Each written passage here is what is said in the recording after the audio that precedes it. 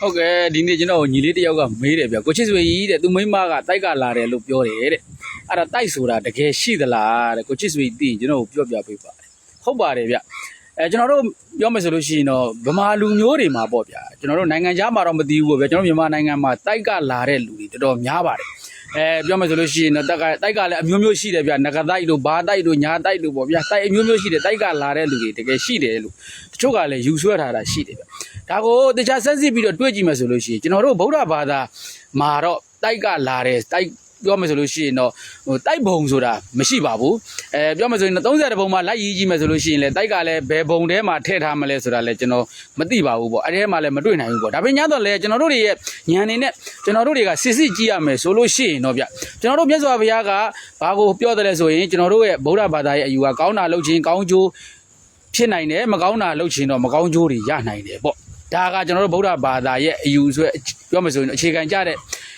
ဝါဒတစ်ခုပေါ့အဲ့ဒီအထဲမှာကျွန်တော်တိုက်ကလာတဲ့လူတွေကြတော့အဲ့ဒါလို့မဟုတ်ဘူးဗျကောင်းတာကိုပဲလှုပ်လို့မကောင်းတာကိုပဲလှုပ်လို့သူတို့မှခံစရာမလိုဘူးသူတို့သေလို့ရှိရင်သူတို့ကတိုက်ကိုပဲပြန်ရမှာပဲဖြစ်တယ်အဲ့တော့ခင်ဗျားတို့ညီလေးတို့လည်းဒါဘုသူတရအောင်ချစ်ဆွေကြီးကပြောတာဖြစ်တယ်မင်းတို့စဉ်းစားကြည့်ကြပေါ့ကွာအဲ့တော့တိုက်ကလာတဲ့တို့တွေကဗုဒ္ဓဘာသာကကောင်းတာလုပ်လို့ရှိရင်ပြောမယ်ဆိုလို့ရှိရင်နတ်ပြည်လည်းရောက်နိုင်တယ်ဗြဟ္မပြည်ကိုလည်းသွားနိုင်တယ်နောက်ဆုံးအမတနိဗ္ဗာန်ကိုလည်းကူးမြောက်နိုင်စွမ်းရှိတယ်အေးမကောင်းတာတွေလုပ်ပြီးဆိုလို့ရှိရင်လည်းငရဲကိုလည်းကြာနိုင်တယ်တလိစ္ဆာလည်းဖြစ်နိုင်တယ်ပိဋ္ဌာလည်းဖြစ်နိုင်တယ်အတူတကယ်လည်းဖြစ်နိုင်တယ်ပေါ့ဒါပေမဲ့ညတော့လေ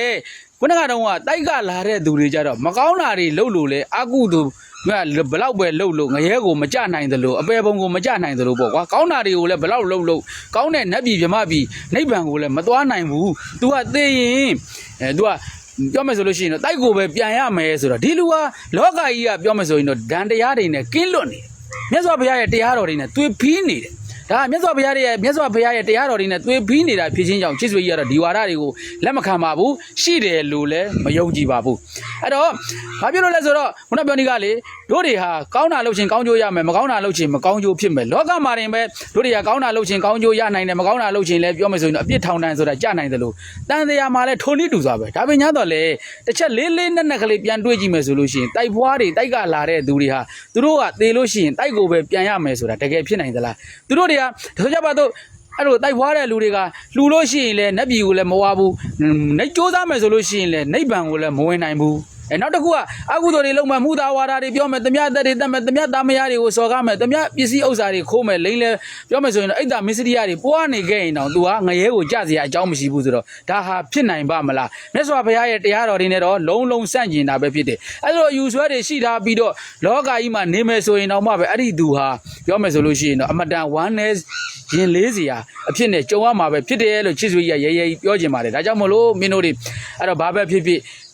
အရာခတ်သိမ်းကိုပြောမယ်ဆိုလို့ရှိရင်တော့ပညာရေးတူရင်တော့မှပဲဘုသူတရှိတဲ့သူကတာသမီးပဲဆိုသလိုဒါတွေဟာဘုသူတအပြင်လေ့လာထားကောင်းတဲ့အရာတွေပဲဖြစ်တယ်ကိုယ့်ရဲ့ပတ်ဝန်းကျင်ကိုယ့်ရဲ့မိသားစုကိုယ့်ရဲ့အတိုင်းဝိုင်းမှာဒီလိုအကြောင်းအရာတွေပြောလာပြီဆိုလို့ရှိရင်ချေငန်းချေမြင့်မြင့်နဲ့ပြောပြနိုင်မယ်နားလည်အောင်စီးယုံနိုင်မယ်နားလည်အောင်ပြောပြနိုင်မယ်ဆိုလို့ရှိရင်လူတစ်ယောက်ကိုကဲတင်ရတဲ့အတူတူပါပဲဒါကြောင့်မလို့အားလုံးဒီကနေ့ကျွန်တော်ကိုနေမကောင်းဘူးလားဘာဖြစ်လို့ line မတက်တာလဲအမျိုးမျိုးမေးကြတဲ့သူတွေကိုဒီကနေ့ကျွန်တော်အောက်မေ့ရင်လည်းသတိရရင်လည်းမအားလို့ပါပြီးတော့လည်းယာတိဥရုတွေကလည်းမကောင်းတော့လည်းအခုလိုဗီဒီယိုအေးစစ်ထွက်ရိုက်ဖို့ဆိုတာလည်းမဖြစ်နိုင်လို့မတင်ဆက်ရခြင်းဖြစ်ပါတယ်အားလုံးကျွန်တော်ကိုသတိတရားရှိပြီလို့လည်းအားလုံးကိုလည်းကျေးဇူးတင်ပါတယ်အားလုံးလည်းကျမ်းမာရွှင်လန်းနိုင်ကြပါစေလို့လည်းဆုတောင်းမေတ္တာပို့သပါတယ်ဗျာ